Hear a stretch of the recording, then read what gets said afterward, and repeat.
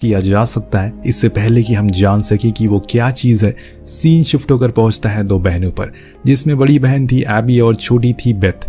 दोनों ही एक दूसरे के साथ बहुत ज्यादा क्लोज थी, लेकिन कुछ महीने पहले माँ की मौत के बाद ये काफी उदास रहने लग गए। हालांकि अब जाकर चीजें सब कुछ सही हुई, उनके डैड भी आर्मी से लौट कर आ चुके हैं, लेकिन इस परिवार को लगता है कि किसी की नजर लग चुकी है, क्योंकि एक दिन एबी को पता चलता है कि उसकी लास्ट स्टेज का कैंसर है और वो किसी भी समय इस दुनिया को छोड़कर जा सकती है। हालांकि बेथ इस चीज से हारने वालों में से नहीं है, क्योंकि उसे अब एक और सदस्य को नहीं खोना था। उसने उनसे अच्छे से एक डॉक्टर को दिखाया, जिसने उन्हें सलाह दी कि अब उसे एक बड़े हॉस्पिटल में आपको लेकर जाना चाहिए, क्योंकि यहाँ हम आपको आश्वासन ही बस दे सकते हैं, उसके अलावा हम कुछ नहीं कर सकते। लेकिन बड़े हॉस्पिटल में जाने के लिए चाहिए थे पैसे, जो कि इनके पास तो नहीं है। इसीलिए बेथ अब अपने पिता से कहती है कि वो हाई सैलरी वाली जॉब को चूज करने जा रहे हैं, पर उसके पिता इस काम से इनकार कर देते हैं, क्योंकि वो अपनी दूसरी बेटी को भी नहीं खो सकते।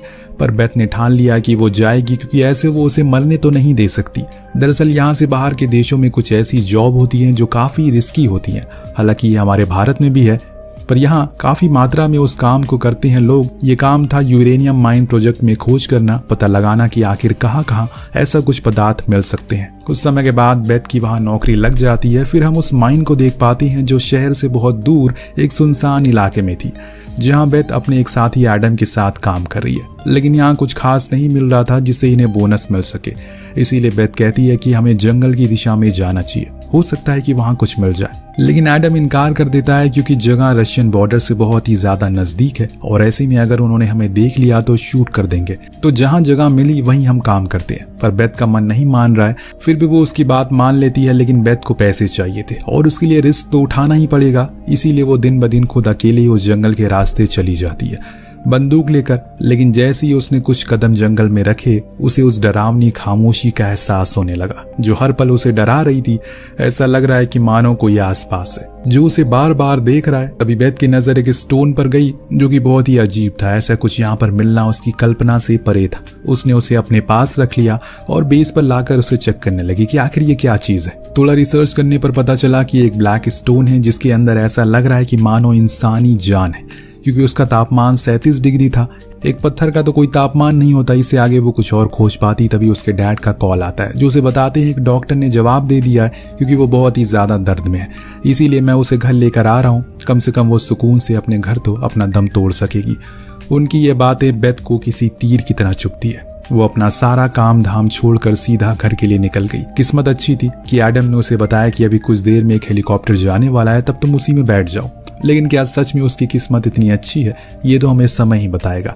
अब हेलीकॉप्टर में वो बैठ गई, साथ में उसके वो ब्लैक स्टोन भी था और मन में सिर्फ एबी की चिंता थी, कहीं उसे कुछ हो ना जाए। इस बीच पायलट बताता है कि हमें फॉग वाले रास्ते से होकर जाना होगा, क्योंकि दूसरी तरफ रशियन मिलिट्री है। अगर उन्होंने हमें देख लिया तो दिक्कत हो सकती है।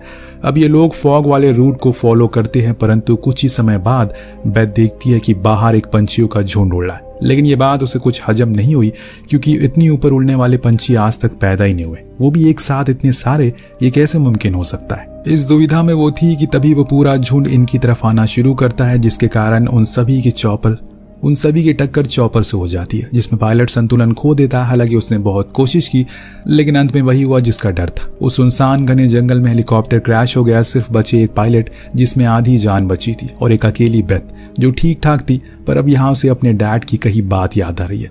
उन्होंने मना किया था उसे जाने से, लेकिन उसने उनकी बात नहीं मानी। अगर अब वो जान जाएंगे तो ऐसे हालातों में वो जीते जी मर जाएंगे। फिलहाल बेथ अब उस घायल पायलट के पास गई और उसे इशारों में कहा कि रेडियो से किसी से मदद मांगो, लेकिन इनकी आवाज सुनने के लिए कोई नहीं था। दूसरी तरफ बस थी तो खामोश, जो अब धीरे धीरे करके इन्हें खत्म करती जा रही है। बेथ बाहर आई और आसपास देखा कि ये लोग न जाने कौन सी जगह पर क्रैश हुए थे। किसी को कुछ अता पता नहीं है। सबसे पहले अब वो उसी हेलीकॉप्टर के पास ही आग जलाती है, ताकि वो जंगली जानवर करीब ना आए। परंतु जब सुबह सोकर उठी तो देखा कि अब वो घायल पायलट भी अपना दम तोड़ चुका है, यानी कि अब सिर्फ वो बची है इस जगह पर बिल्कुल अकेली। दूसरे दिन तो उसे कुछ समझ नहीं आता कि वो क्या करे, कहाँ जाए, और इसीलिए वो वहीं पर सो गई। पर तीसरे दिन उसे एहसास हुआ कि ऐसे अगर वो यहीं पर पड़ी रही तो ठंड से मर जाएगी। और इसीलिए उसने कुछ सामानों को इकट्ठा किया, जिसमें उसे पायलट के पास एक बंदूक भी मिलती है, एक कंपास मिला, कुछ फर्स्ट एड के सामानों के साथ एक मैप भी जो उसके लिए कारगर साबित हो सकता है। उसमें उसे देखने पर पता चला कि उसके सबसे करीब एक टाउन है जो कि तकरीबन 110 किलोमीटर दूर है। ये करीब तो नहीं है लेकिन उम्मीद जरूर है, और इसीलिए वो उसी ओर बढ़ने का फैसला करती है। लेकिन बाहर निकलती ही उसे चॉपर से वॉकी टॉकी से आवाज आती है, तो वो भागती हुई उसके पास गई और बोलने पर पता चला जो दूसरी तरफ है वो शख्स भी उसी की तरह ही परेशान है, क्योंकि उसका भी हेलीकॉप्टर क्रैश हो चुका है, जो बड़ी ही ताज्जुब की बात है। एक साथ 2 हेलीकॉप्टर क्रैश होना काफी अजीब है। जॉन बताता है कि सब के सब मारे जा चुके हैं परंतु सिर्फ वो जिंदा है। इसीलिए बेथ ने पूछा कि तुम अभी इस समय कहाँ पर हो? मैं तुम्हारे पास ही आती हूँ, मुझे यकीन है कि यहीं कहीं आसपास ही होगा, क्योंकि सैटेलाइट फोन की रेडियस ज्यादा दूर तक नहीं जाती। पर जॉन उसे मना करता है कि यहाँ पर मत आओ क्योंकि यहाँ पर खतरा है। लेकिन बेथ ने पहले ही बहुत ही रिस्क ले लिया है, तो ये कौन सी बड़ी बात है। वो उसी लोकेशन पर पहुंची पर उसे कुछ सही से नहीं पता था, लेकिन हाँ इतना जरूर पता था कि जब वो क्रैश होने वाला था तो उससे पहले उसने एक झील देखी, तो हो सके कि उसके आसपास ही वो हो। अब बेथ ने उसे समझाया कि उसे घबराना नहीं है, बस दुआ करना है कि उसे जल्दी वो मिल जाए। हो सकता है कि उनकी मदद के लिए कोई जल्दी आ जाए। एक बार फिर से अब बेथ निकल गई, लेकिन इस बारी उसने दूसरी दिशा चुनी जो कि झील की तरफ उसे लेकर जा रही थी। लेकिन ये रास्ता थोड़ा कठिन होता है क्योंकि इसमें चढ़ाई बहुत ज्यादा थी, लेकिन फिर भी वो बस चले जा रही है। काफी देर ऐसे पैदल चलते चलते अंधेरा होने को आ जाता है और इसीलिए उसने वहीं एक छोटा सा घर बनाया, उसी में रात गुजारने का सोचा। परंतु उस रात तेज बारिश होने के कारण ठंड काफी बढ़ गई थी। इस दौरान बेथ उसी ब्लैक स्टोन को अपने बैग से निकाल कर देखने लगती है। तब उसे महसूस किया कि जब वो उसे छू रही है और तब उस पर कुछ अजीब सी प्रकृतियां बन रही है, जो बात उसे काफी हैरान कर देती है। खैर अब सुबह हुई तो वो दोबारा से अपना सफर शुरू करती है, पर अब उसके सामने एक खड़ा पहाड़ था जिससे ऐसे ही पैदल चल पाना तो काफी मुश्किल हो रहा था। इसीलिए वो बीच में रुककर थोड़ा सा आराम करती है।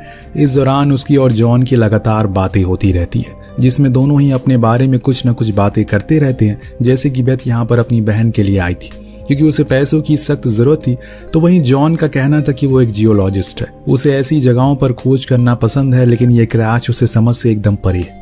ये सुन बेथ भी सोचने लगती है कि आखिर एक समय पर 2 चॉपर कैसे क्रैश हो सकते हैं, वो भी इतना करीब करीब।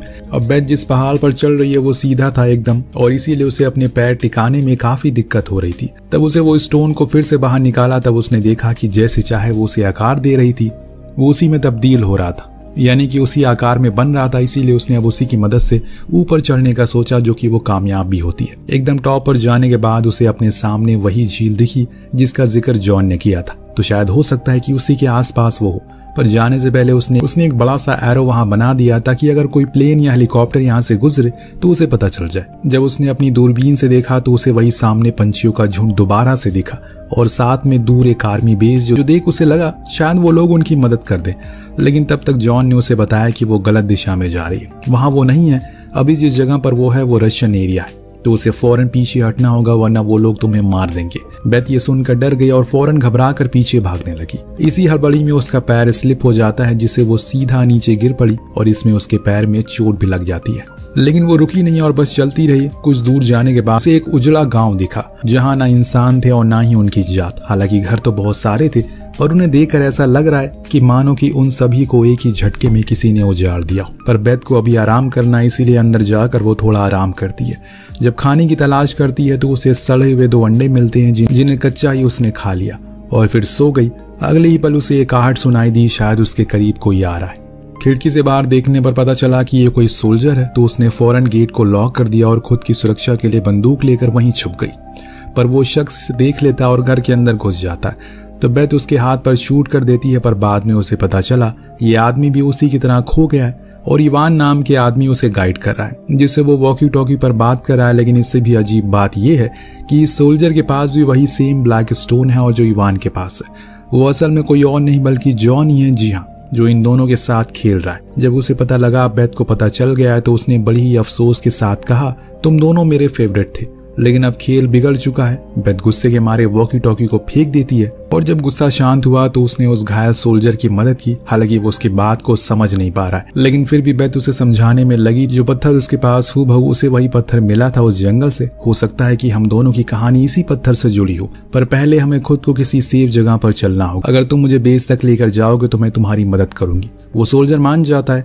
भाषा भले ही इन्हें समझ नहीं आ रही थी, लेकिन उसे इतना जरूर पता था कि उसे बेथ की जरूरत है और उसके बिना वो कुछ नहीं कर पाएगा। कंधे से कंधा मिलाकर ये दोनों अब चलना शुरू करते हैं। इस बीच बेथ अभी भी जॉन से जुड़ी थी क्योंकि वो पता लगा कर रहेगी कि आखिर वो है कौन और उसे क्या चाहता है। दोनों आगे बढ़ रहे हैं पर अब इनके सामने एक विशाल फ्रोजन लेक आ गई जिसमें अचानक से वो सोल्जर गिर जाता है। उसकी चीखें जब बेथ के कानों तक पहुंची तब तक बहुत देर हो चुकी थी क्योंकि वो तो पानी में समा गया था, लेकिन फिर भी बेथ भागी और इसी चक्कर में उसका भी पैर एक सक्रिय बर्फ पर पड़ता है और वो गिर पड़ी नीचे पानी में। यहाँ अगर वो भी मर जाती तो सब कुछ खत्म हो जाता, इसीलिए उसने खुद की जान बचाने की कोशिश की। लेकिन अभी भी जॉन उसे बात करने की कोशिश करता है, जिसे तंग आकर उसने वॉकी टॉकी की बैटरी को निकाल कर फेंक दिया। उसके बाद भी उसे उसकी आवाज सुनाई दे रही है। शरीर पूरा ठंड के मारे कांप रहा है क्योंकि वो भीग चुकी है। ऊपर से यहाँ का मौसम भी है तो उसने फौरन खुद को गर्म करने का सोचा और जल्दी से सब कुछ उतार दिया। धीमे धीमे करके शरीर अब काला पड़ना शुरू हो चुका है। इस चक्कर में उसकी दिल की धड़कन भी अब धीमी हो गई है। इसके कारण वो वहीं बेहोश हो गई, परंतु अचानक उसकी आंख खुली क्योंकि उसने अभी अभी एक हेलीकॉप्टर की आवाज सुनी। उसी की ओर भागती हुई गई लेकिन हासिल तक नहीं कर सकी क्योंकि उसके अंदर अब ताकत ही नहीं बची क्योंकि वो उसे चीख कर बुला सके। अचानक उसका पैर स्लिप हो गया, वो गुफा में गिर गई। जी हाँ, ये वही गुफा है जिसे हमने कहानी की शुरुआत में देखा था। उसके अंदर एक गर्म पानी का गोठा था जिसमें अब बेथ का शरीर तैर रहा है, पर उसी का नहीं, वहाँ एक और शरीर था जिसके अंदर अब उन्हीं अजीब से पत्थरों का वास है। वो शरीर था जॉन फिशर का, जो कि एक सोल्जर है। जी हाँ, जॉन, वही जॉन जिससे उसकी बात हो रही थी। बेथ ने जब अपना होश संभाला तो वो अंधेरी जगह पर थी जिसके चारों ओर बस वही पत्थर भरे हुए हैं जो हवा में उड़ रहे हैं, जिन्हें देखकर बेथ समझ गई कि वो चीज उस हेलीकॉप्टर से टकराई थी वो कोई पंछियों का झुंड नहीं बल्कि यही पत्थर थे। एकदम से जॉन की आवाज आई जिसने बताया कि वो भी उसकी तरह एक सर्वाइवल था जो यहाँ 55 साल से खो गया था। बेथ ने उसके पत्थर बने शरीर को देखा तो उसे जॉन ने बताया कि वो मर रहा था, लेकिन उसने फिर अपना सब कुछ इन्हें दे दिया और आज तक वो जिंदा है और अब उसकी बारी है। दरअसल दोस्तों, ये पत्थर किसी एडवांस एलियन टेक्नोलॉजी के थे या फिर एक एडवांस लाइफ फॉर्म थे जिन्हें जीने की जिद थी और इसके लिए उन्हें इंसानी शरीर की जरूरत पड़ती है खुद को जिंदा रखने के लिए। हो सकता है कि ये कोई एक्सपेरिमेंट की गलती हो या फिर ऐसा भी हो सकता है कि धरती पर खुद हजारों साल पहले आए हो और अब वही चीज बेथ को भी करनी थी, लेकिन उसने इनकार कर दिया क्योंकि उसे अपने घर जाना था। तभी उसे अपना घर दिखा जहां उसकी बहन एकदम ठीक थी, पर वो जानती है कि ये बस उस एडवांस सिस्टम द्वारा बनाया गया एक छलावा है जिसमें वो फंसने वाली नहीं है। वो सिस्टम उसे मजबूर कर रहा है वो खुद को सरेंडर कर दे। हालांकि इसके बदले में उसकी बहन ठीक हो सकती है, लेकिन अब बेथ को भी समझ आ गया है कि मौत को रोका नहीं जा सकता। जितना जिसकी तकदीर में लिखा है वो होकर रहेगा।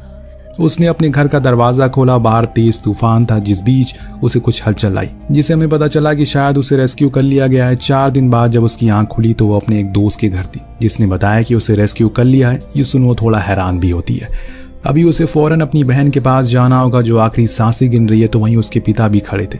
दोनों को पता चल गया कि अब बस यहीं तक था जो कुछ भी था और इसीलिए उन्होंने एबी को गले से लगा लिया जिसके कुछ ही पल वो दुनिया से चली गई। हम उस हॉस्पिटल की खिड़कियों पर कुछ पत्थरों को रखा हुआ देखते हैं और बूम, कहानी इसी दृश्य के साथ खत्म हो जाती है। पर एक सवाल छोड़ गई कि अगर आप होते तो क्या करते? क्या किसी अपने के लिए अपनी जान की कुर्बानी देते या फिर ये स्वीकार कर लेते कि मौत अगर किसी की आनी है तो वो आकर रहेगी, कोई उसे रोक नहीं सकता। और यही दुनिया का सबसे बड़ा सच है। आपको कहानी कैसी लगी हमें कमेंट करके जरूर बताएगा। मिलते हैं अगली वीडियो में।